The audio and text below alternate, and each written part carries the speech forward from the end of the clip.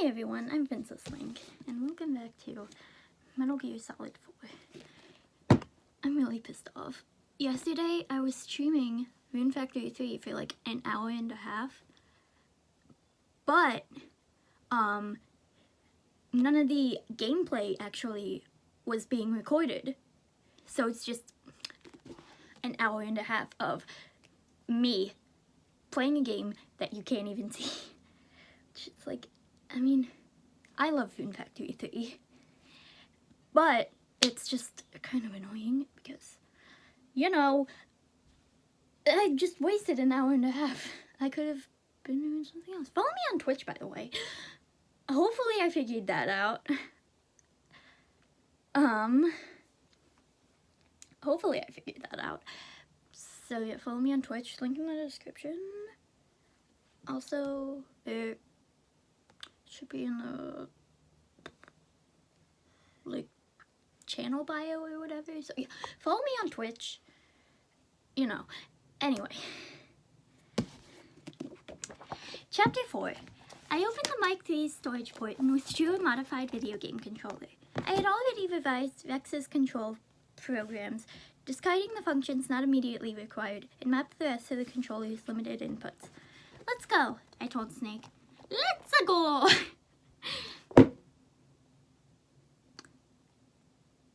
I'm not gonna say anything. No. It's like, you can't get rid of Charles Martinet. Why would you get rid of Terminator? Sorry, I was just reading something about Charles Martinet's audition for Super Mario 64. He literally just said a bunch of nonsense in an Italian accent. It's great. Love him. But yeah, he's been Mario since 1990. I'm sorry, I said I wasn't gonna say anything, and then I did. I'm still bitter. I'm sorry. It's been like 6 years, okay? And I'm still bitter. Does anybody actually care at this point? Because I do. I mean, anyone else other than me. Oh my god. Geckos were below, their heads packed with high explosives. We didn't have time for a leisurely explanation of the controls. I'll fill you in as we go, I said, and Snake faithfully took the controller in his hands. At the push of a button, Vex sprang to life, bypassing any typical warm-up maneuvers. Why is my drawer open? And the sudden acceleration slammed Snake's back against the pilot's seat. Considering its massive size, the Metal Gear moved with incredible speed. Vex, the slain dragon, now ridden by the hero who had vanquished it, steadily ascended the slope of the supply tunnel. Vex continued to gain speed, trailed by the pack of Gecko, with one particularly impetuous machine leading the rest of the herd. Raiden leapt from the Metal Gear's back, and his sword flashed in midair. I'm in a group chat with, like, my mom and all these sisters, all, hold on,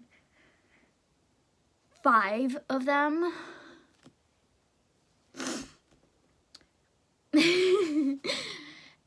And my grandparents. So, like, yeah, it's just constant texts, and I'm like, can you please stop? Like, at work, text. It's really annoying. Anyway, sorry, I just got a text from that. The leading Gecko's head slid to the ground and exploded among the trailing swarm. The robot's legs, seemingly unaware they had lost their head, continued to run for a few seconds, then faltered, and finally went limp and fell. With a laugh, Snake said, "Not exactly an intelligent bunch." From the other end of the tunnel, more Gecko appeared in small groups. I fired missile salvos from the Metal Gear's knees, and Snake used the twin XGAU-8I rotary cannons to dispatch the distant foes. I wished I could do more, but I had my hands full keeping the Vex robot together. To keep Vex operational, I had to coax cooperation out of components that either kept breaking down or would cease to function altogether. As Rex rushed onward, Biden and his sword managed to stave off the gecko behind us. He leapt from one charging machine's back to another like a ninja, sinking his blade into sensors and core systems. "Otacon!" Snake shouted. "Help!" I looked at the monitor to see that one gecko had slipped past Snake and Raiden's defenses and was nearly upon us. The machine was so close it had evaded the field of fire of the twin cannons. Vex had a single weapon suited for close-range combat, and I had chosen it. The free electron laser, which had caused me considerable grief 9 years ago.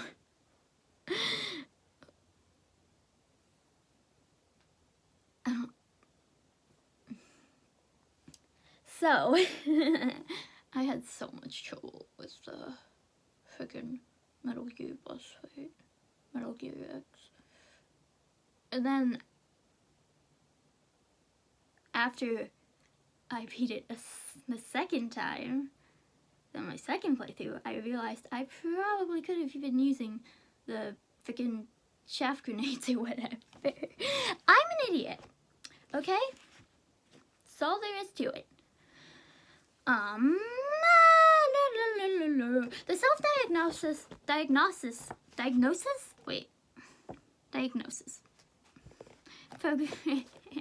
program reported that the weapon, my version of a lightsaber, was still operational. Oh my god. Whether I believe that to be the case or not, I didn't have any other options. Wait, okay, there is a Japan-only Metal Gear Solid 3 novelization with a sex scene. And it's so cursed. Big Boss Eva's sex scene. And it is so cursed. It's literally so cursed. Hey, at least Eva's on top, I guess. I'm sorry. It's so cursed. Like... I don't like it. It's so cursed. It's like the most cursed thing I've ever seen. I don't know why. I don't know why it bothers me so much, but it's just like, dude. I fired the laser. The beam of amplified energy pierced through the head of the suicidal gecko and next stomped on the robot to finish it off. Each of us faced a challenge. Snake urged the faltering Metal Gear forward at full speed, while simultaneously operating the twin cannons to deal with the gecko ahead. Behind us, Raiden leapt from back to back amid the stampede, dispatching one machine after another. And while I wasn't there with them, I was glued to my monitor, struggling not to get washed away by the waterfall of data streaming from Rex. We were like pieces of an airplane split apart midair, yet still somehow managing to fly. As the self-diagnosis program squawked at me every few seconds, I sorted through the torrent of damage reports, closing off circuits and rerouting systems to mitigate the damage. I wouldn't be able to keep up like this. Bookkeeping can only do so much.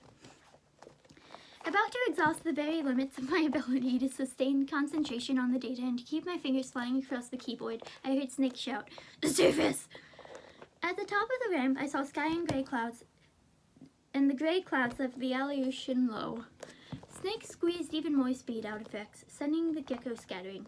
Two claw-like appendages at the base of each foot dug into the metal floor, providing the Metal Gear's giant-sized legs pitches on the incline. Leaving a trail of pock marks in the supply tunnel ramp, Rex scrambled out into the open. We barely had time to notice that the blizzard had ended before the impact struck us. Sorry, I thought I heard something. A shockwave slammed into Rex's back and sent the massive machine lurching forward. The blast rocked Snake and the Mark III, and for a second I thought we'd be flung from the cockpit. The throng of gecko packed in the tunnel exploded in a chain reaction with ferocious energy. Sensing their attack... That's the second time I've sensed their attack. Oh my god. It's gonna be one of those days. I'm sorry. I love Xenoblade. I'm sorry. I keep talking about Xenoblade in like all these videos, and it's like, dude, stop. But I can't help it. I love Xenoblade.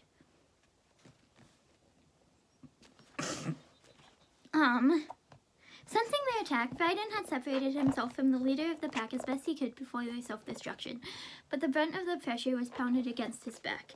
Bathed in countless bits of shrapnel and the plasma from high-temperature gases, Raiden was sent flying and landed just inside the tunnel entrance. I dug Vex's talons into the earth to keep the Metal Gear from tipping over. But Raiden's body, without Vex's white earth-thick armor, had no way to evade or withstand the violent cascade of energy. He could only take it and was sent rolling to the floor like a knocked-over bowling pin. The simultaneous explosions produced the force equal to several cluster bombs. Each Gecko had been equipped with several explosives, and for the first second or two of the chain reaction, the air inside the tunnel compressed. Then the squeezed-in energy pushed back, expanding rapidly, and burst the composite walls of the facility like a balloon. Pillars of flame shot from the ceiling, and the supply tunnel collapsed. Broken beams and concrete crashed down on Raiden in a colossal mass. In an instant, he was gone, swallowed up by dust and debris. "Raiden!" Snake yelled, but no reply came from the swelling cloud. The passage had been completely buried by the rubble of the destroyed facility. Even if any Gecko remained active below, I didn't think it could make it to the surface. We wouldn't have to worry about any more self-destructing Gecko, but we had no way of knowing Raiden's fate. Snake called out to Raiden again. Slowly the haze thinned. Raiden's body stuck out from the rubble. His lower body and right arm were completely buried. Only his left arm was free, but his sword had tumbled just out of reach and wouldn't be of any use. Just as Snake moved his hand to release his seatbelt and go help his friend, he heard a noise. I heard it too and turned the Mark III to face the sea. We were in a cargo port, with generators and waterworks and several smaller structures, including a few warehouses and observation towers. Concrete piers provided space for the large-scale cargo vessels to dock. The wide roadway linking the facility with the harbor doubled as a landing strip. Trepidation calling my voice, I asked, "What is that sound?" The ground rumbled, carrying vibrations from the water. Something was coming, something gigantic and approaching fast. The ocean swelled in a massive streamlined form, resembling a killer whale sliced through the water surface and leapt into the sky. And then it kept going, until it was over the land and coming straight at Vex. This was no whale. It possessed long, massive fins, more like arms, really, enough to make those of any killer whale seem minuscule. Besides, whales didn't have legs and weren't so ridiculously large as to be on par with Vex. Actually, whales do have, like, little tiny vestigial leggies. Leggies. I don't know why. Why do I talk like this? No, but they do have, like, little tiny legs that I mean, they don't do anything. They're just kind of there. Like, they don't even stick out. They're just there, you know? Because, I mean, they used to be land animals, but then they went into the ocean, and now they're in the ocean, but they still have vestigial legs. Ray. Metal Gear Ray had been designed by the U.S. Marine Corps as a counter against Metal Gear derivatives built by the other nuclear powers of the world. Ray landed and braked by digging talons into the ground, breaking pieces of the runway as if the asphalt was a bar of chocolate. The Metal Gear was massive, yet graceful, and when it slid to a stop, tilting forward, the robot's head opened to reveal Liquid Ocelot inside the cockpit. "Brother! It's not over! Not yet!" Snake yelled back, "Liquid!" They raised a piercing howl into the Aleutian sky. Not an animal's howl, of course, but a thunderous noise of metal parts clashing and scraping. "Moses!" Liquid boomed. "When our fates were born, and why yours and Snake?" I looked back at the rebel. Raiden still lived, but his right arm was pinned under the debris. We'd have to rely on Rex. We faced an anti-Metal Gear. In a way, Ray had been built to destroy Rex. Liquid's machine was an apex predator. Snake looked into the Mark III's camera and nodded. I faced the camera and my monitor and returned the gesture. With a glance at Liquid, Snake charged at Ray. I know that Liquid rode in a new model Ray. Unlike the clunky tank-like Rex, Ray looked alive, with a sleek appearance and components that glided with precision. I'm sorry. So two of the characters in not Metal Gear 2, Xenoblade 2, are named Rex and Zeke. Like Metal Gear X and Metal Gear Zeke. Like, dude, what? It's like, instead of giant robots, it's just 2 characters. No, Xenoblade 2's got 2 characters named after Metal Gears. 2 separate characters named after 2 separate Metal Gears. As opposed to 2 characters named after the same Metal Gear. Whatever. Anyway.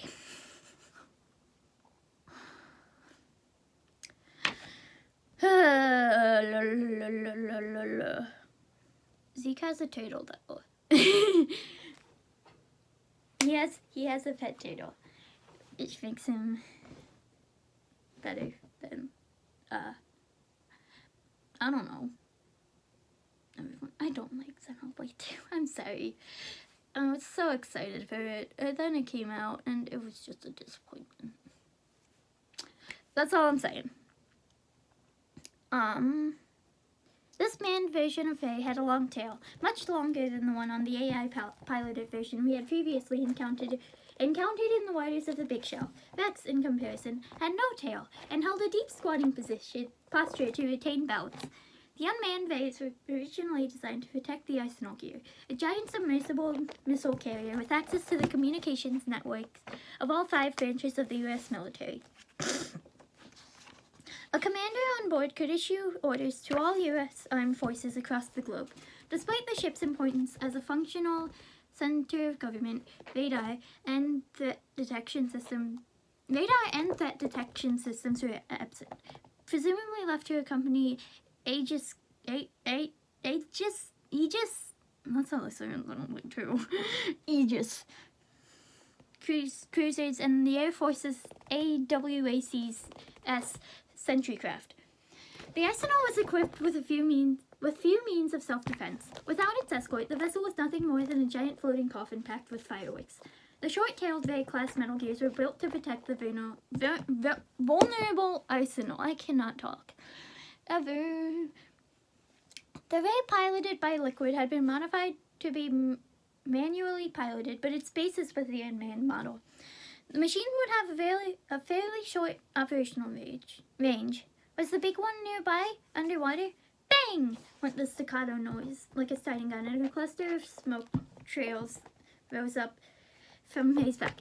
Missiles! I shouted. Snake, dodge them! But Snake kept advancing into the missile's path. Then, at the last instant, he slid Vex to one side in a maneuver so quick, had I been inside the cockpit myself, I might have gotten sick. Keeping Vex pointed at Liquid, Snake moved sideways, using a water tower as cover. A missile struck the tower, destroying it and sending the tank's contents pouring down on Snake. We have a chance. They had been designed to be unmanned, with the robot's peak performance delivered through the orders of the Arsenal's AI. Whatever the effects retrofitting the machine for human control might have been, the results couldn't have been beneficial. I designed Vex knowing if a human would operate it with human judgment. Perhaps such complex and unconventional machines were better off in the hands of AI. That was why, for the Arsenal project, the Navy moved away from the manned designs created for the Marines to autonomous robots, like the Gecko, guided by combat AIs. But as far as I was concerned, for giant mechs, nothing could replace a human. Except a hammer. Why do I keep bringing up Xenoblade? Again, Snake charged ahead. This is like a major spoiler. Xenoblade. Play Xenoblade. No, wait. Why'd you play it if I just spoiled like big thing? Anyway. I mean, still play it. It's a good freaking game. It's so long though. Again, Snake charged ahead. Bay was clearly shaken. Occupied with trying to keep Vex from falling apart with each step. I couldn't offer any help with attacks or defense, but Snake skillfully piloted the robot and closed in on Liquid. They were too close now for Liquid to fire a missile without risking damage to himself. One reason I had designed Vex to be manually operated was due to my inability to find a suitable AI among the currently developed autonomous weapon systems. But there is another reason. I loved Japanese anime, and with Vex the realization of that passion, I couldn't bear to see a giant mecha without a human operator. You don't have to say Japanese anime. I mean, technically in Japan, anime is just all animation, but outside of Japan, anime is specifically Japanese animation. Which, like, it reminds me of that time my brother tried to claim that there was such a thing as American anime, and I'm like, no, it's not. All anime is Japanese. Unless, like, I mean, again, anime in Japan refers to all, just any animation, not specifically Japanese animation. But outside of Japan, which is where we live, anime is specifically Japanese, you know? I think that's what it is. Yeah, he was like, yeah, Pokemon's American anime. And I'm like, no, it's not. Dude. Also, one time my dad tried to claim that Pokemon started off as a card game and not a video game, and I got so mad. He also tried to say that Ryu from Street Fighter, it was supposed to be Ryu, and I'm like, no, it's not, dude. I got so mad about that too. It's not Ryu, it's Ryu. Ryu. Anyway, the original base might have been anti-Metal Gear weapons, but when the designers chose to go the unmanned route, that decision would have necessitated a great number of alterations from the manned design. Even if Liquid's machine appeared similar to the other base, the robot's insides would have to be vastly different. AI Command enabled an array of controls far more vast than a puny human brain could handle. To put it another way, the unmanned race could never truly be retrofitted for a human pilot. This ray was being forced at great lengths to bend itself to Liquid's commands. If Vex had any chance against the superior machine, this would be the reason. Vex had been designed from the ground up to be piloted by a human being. I shouted, "Grapple him!" But Snake already knew what to do. Vex crashed into Ray, the two colossal bodies colliding beside the water's edge like giant monsters in a Japanese kaiju film. With the two cockpits close together, the two men came face to face.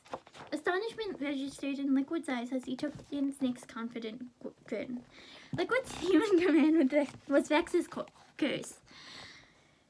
Snake fired the free electron laser mounted beneath his robot's chin, and the amplified energy pierced the surface of his arm.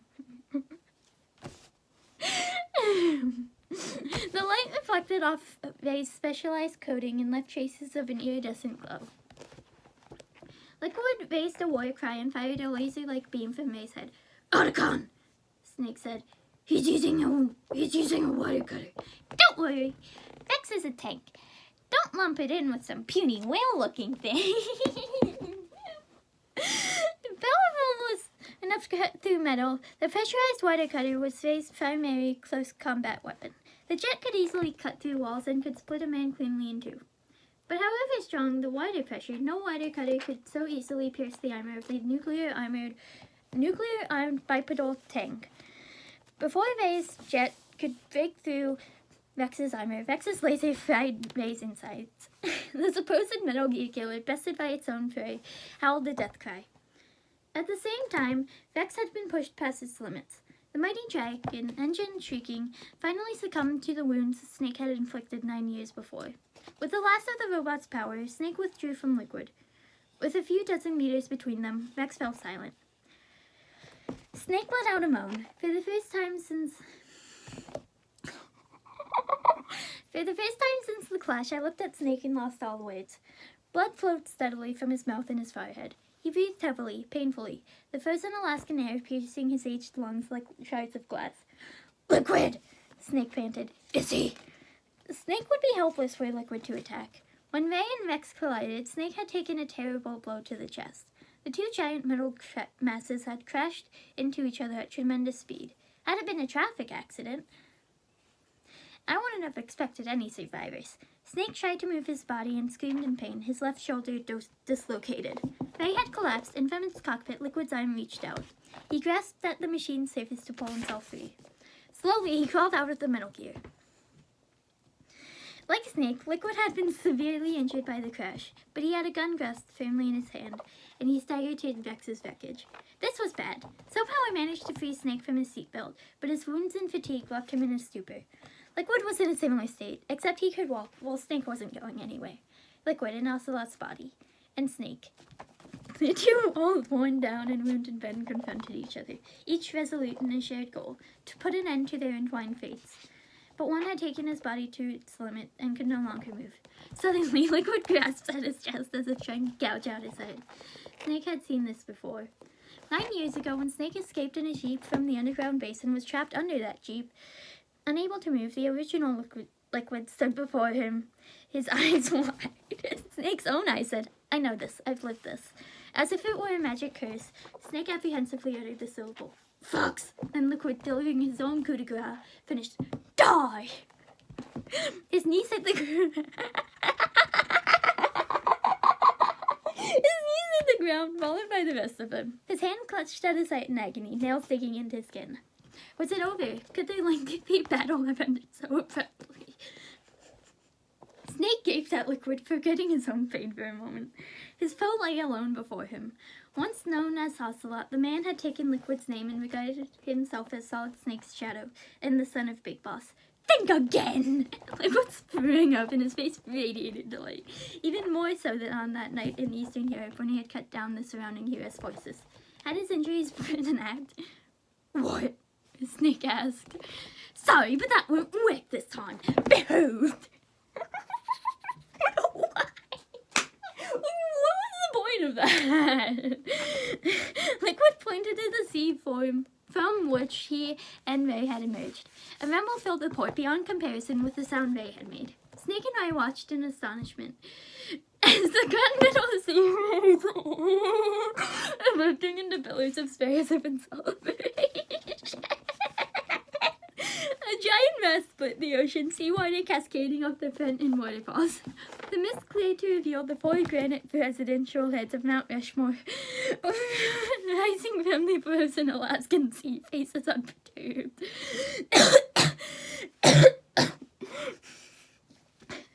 Moved by the brazen irrationality and the sheer shamelessness of the display, I worried that the naval hymn might start playing in my head. Snake recovered his sanity ahead of me and began to struggle free from the comic.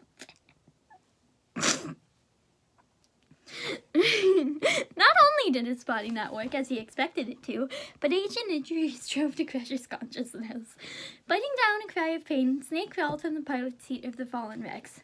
Seeing Snake on the ground, Liquid did a childish caper back to the water's edge. He walked jauntily, pointing at us, every bit a picked-on little boy who'd gotten back at his bully.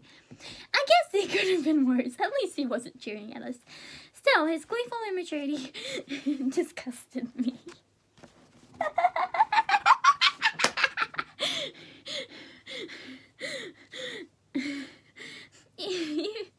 Perhaps incited to action by the juvenile teasing, Snake willed his pain away, faced his M4, and got to his feet. Even so, the dislocated joint of his left shoulder wouldn't cooperate. Snake could handle the pain, but he couldn't get his body, not just his shoulder, but all of it, to move. Liquid, he said, trying to lift the 7 or 8 pound rifle in one arm and get a beat on Liquid, but his biceps and shoulder muscles refused. Snake no longer had the strength to shoot anything higher than the ground 15 feet ahead. His bronchial tubes and diaphragm had grown too weak to deliver oxygen into his lungs. He was on the verge of asphyxiation. His breath came out in wheezes and gasps. In the cold, his metabolism struggled to convert his stored-up energy into heat. Snake's stamina had been depleted. As for the Mach 3, the robot was wedged in the back of the cockpit, the tiny legs flailing pitifully in the air. At last, the structure beneath the Mount Rushmore heads appeared from the water. It was a giant submarine, at least 2,000 feet long. The shape of the vessel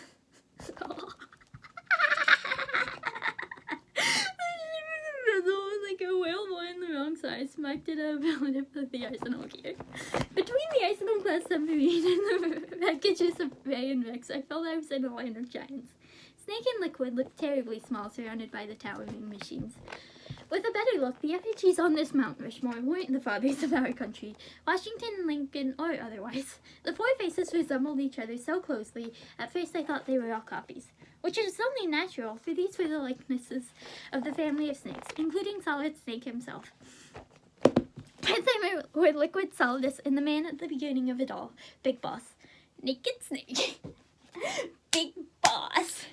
Naked Snake. When I really studied this culture, I realized that Big Boss is the face of occupied Washington's place among the four. I found Liquid's delusions of grandeur following. Was he suggesting that the snakes decided history? That only the line of snakes convey the world from Zero's obsessions of monitoring and control? Then the Mount Rushmore began to fade. This was something I had been too stunned to realize sooner, but now seemed obvious. The image was only an octocameo texture. What was the point of that? At the edge of the harbor, Liquid stopped and turned to face us. He spread his arms wide, just as he had done after his victory in the Middle East, and proudly proclaimed, "This is the liberty we've won for ourselves! Outer Haven!"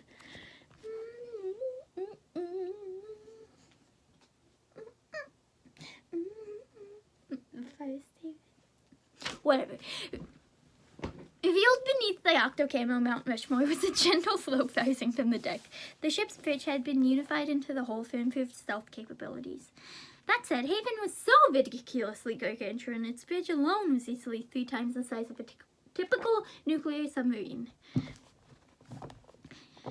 The huge bridge began to slide open as though the vessel were removing a hat.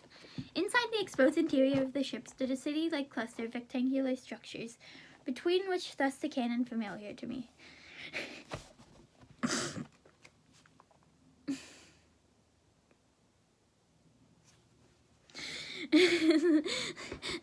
The barrel angled upward, glaring at the sky. The weapon was Vex's railgun, a nuclear launcher outside the Patriots' governance. "Behold!" Liquid shouted. "With this weapon I will destroy JT. Then everything ends and everything begins!" A cargo crane extended from the open bridge. Wheezing from his constricted windpipe, Snake struggled to catch up with Liquid. "Not again," Snake muttered. "I've done nothing but fail to stop Liquid. In the Middle East and in Eastern Europe and South America." I don't know what that was. "But I don't have any more time. No longer can I afford to let Liquid get away. If this keeps up, my old and dilapidated body will stop moving before I can put myself to rest." His lips moved in a silent prayer. "God, the will of the universe, fate, whoever's out there. Please let me complete my last mission. Let me, and then I'll give you my soul, my life, or whatever it is you want." But Liquid stepped onto the lowered hook and parted from the quay. Like an ascending angel, he gazed down at Snake. Then, with the triumphant pointing of a finger, he said, "But as for you, brother, you'll stay here to mock this island's watery grave." Snake gritted his teeth and forced strength into his wavering legs to somehow raise the M4 and stop Liquid. He wrung out the last of his stamina and planted his feet. Suddenly, his windpipe went into a violent fit. He coughed with no sign of stopping, as if to expel every last gasp of air from his lungs. Every muscle in his upper body, from his back to his chest to his sides, already ached from all the coughing induced by the harshly cold air since he'd set foot on the island. Now it felt like his muscles were tearing themselves off his bones. As Snake began to black out from the convulsions in his chest, Liquid slipped into the ship. Snake slumped forward, clutching at his chest, helpless, while Liquid's voice boomed, announcing the death sentence. "I'll crush you with Haven!" Just then, a deep explosion, like that of a launching firework, went off in the distance, followed by the high-pitched sound of an object cutting through the air. A white pillar of water burst into the sky just off of Haven's starboard. The spray fell in a downpour, drenching Snake. Cannon fire. Coughing, Snake lifted his head and looked to the horizon line, where the cloudy Aleutian sky met the Pacific. He could see the outline of a single ship. Judging from the size and distance, the vessel had to be quite large. 2 more shots landed right next to Haven. The projectiles belonged to the 3-gun, 16-inch, 50 caliber cannons mounted on Maylings, Missouri. The battleship...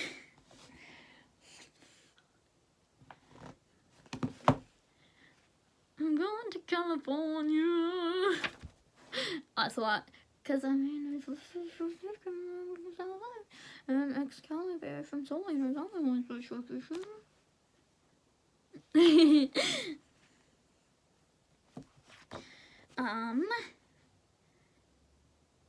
The battleship lacked digital navigation and relied on last century analog fire control computers to direct the main battery. I wondered if Liquid realized the unfavorable situation he was in now.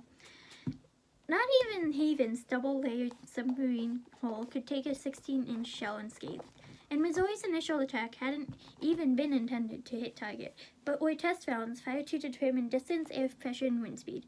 If Haven remained still, the next volley might well hit. Haven's canopy hurriedly began to close. If a shell through the hole would be bad, a direct hit on the exposed interior would be disastrous. Then there was the all-important railgun. The arsenal's bridge closed and the vessel pulled away from the dock at full speed. Snake, still coughing, raised his gun forward and aimed at the quickly receding outer haven. Blood flowed from a cut on his forehead and stained his face red. He used one hand to wipe the blood from his eyes, but his vision remained blurry and he couldn't tell what he was looking at. Then something deep within him snapped. Something that had been barely holding together his overburdened body. In a terrible spasmodic fit, Snake dropped the rifle. Unable even to fall over, he stood there in a daze, watching the indistinct outline of Outer Haven turn back toward him. He realized the shape was growing larger. The ship had returned to smash through the harbor, and Snake with it. Missouri opened fire, but Haven moved too quickly. The giant steel whale charged between columns of spray. I didn't think the impact with the harbor would put a scratch on Haven's hull. The harbor would be crushed, and the frail human body standing upon it. I urged Snake to run, but he appeared not to hear anything. He stood frozen like a scarecrow, with no fear of moving, fettered by fatigue, injury, and age. The rumble filled my ears. Snake closed his eyes and awaited the final moment. I'm a loser!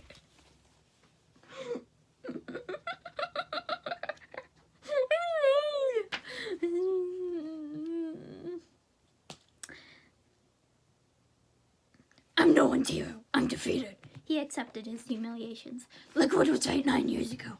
I can't protect anyone, not even myself. Then came the scream. Surprised the voice wasn't his own, Snake slowly opened his eyes. Even after the incredible events he'd witnessed over the years, Snake still couldn't believe his eyes. Standing between Haven's bow and the crumbling quay was Raiden, feet planted wide, his back holding the ship at bay. He had only one arm, having severed the other to free himself from the rebel. Raiden, Snake said. The sight was incredible. Who would have believed that, even with the powered exoskeleton?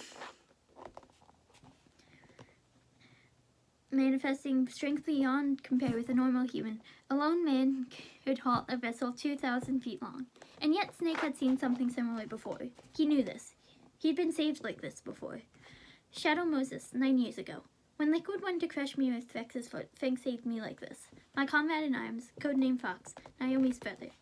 Resisting the vast mass of Haven, Raiden said in a guttural voice, Snake, hurry! He's right, Snake said. I can't die yet. I can't give up here. I can't concede to humiliation and defeat. At least not yet, he said to me over a link. I've been granted an extended life so I can atone for my sins. That's what Naomi said to me. Maybe she was right. Maybe I continue to live so I can fulfill my fate. But don't I carry an even more serious debt? An incontrovertible duty I had to see through more than any abstract concept such as fate or sin. Then Snake spoke to himself, or to someone long dead. Frank, I wasn't able to protect your sister. I couldn't free her from the bindings of her fate. The one thing I cannot do is betray her wishes. You saved my life. To betray you further would be unforgivable. As Haven's prow drove into the crumbling concrete, what propelled Snake to escape didn't come from some reserve stamina or mental fortitude, but rather pure duty. Snake's body moved out of an unfulfilled responsibility to the man who saved his life, Frank Yeager. Raiden's cybernetic frame shot out spikes like it had gone haywire.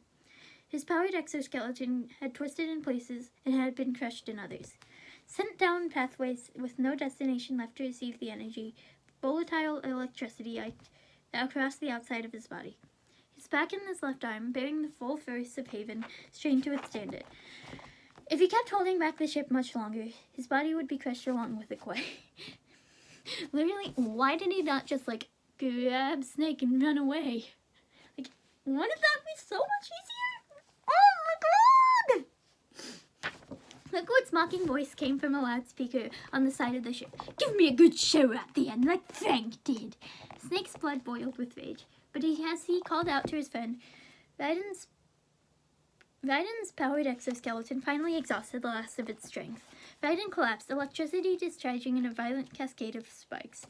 His arm fell slack, outstretched, wedged between Haven's hull and the crumbling pier.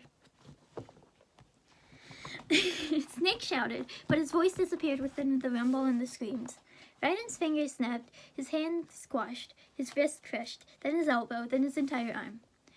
This pain wasn't anything like the brief instant of fire when he cut his own right arm off. This pain, the meat grinder slowly working its way up from his fingertips, exceeded anything he'd ever experienced.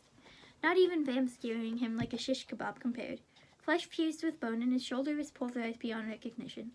Bathed in white blood, Jack screamed a name. The place he belonged. The one he belonged with. Jack called out the name that hadn't passed his lips in years and fell into darkness. If you like this, don't forget to like, comment, and subscribe. Follow me on Twitch, baby. I stream sometimes. I'll see you next time. Bye.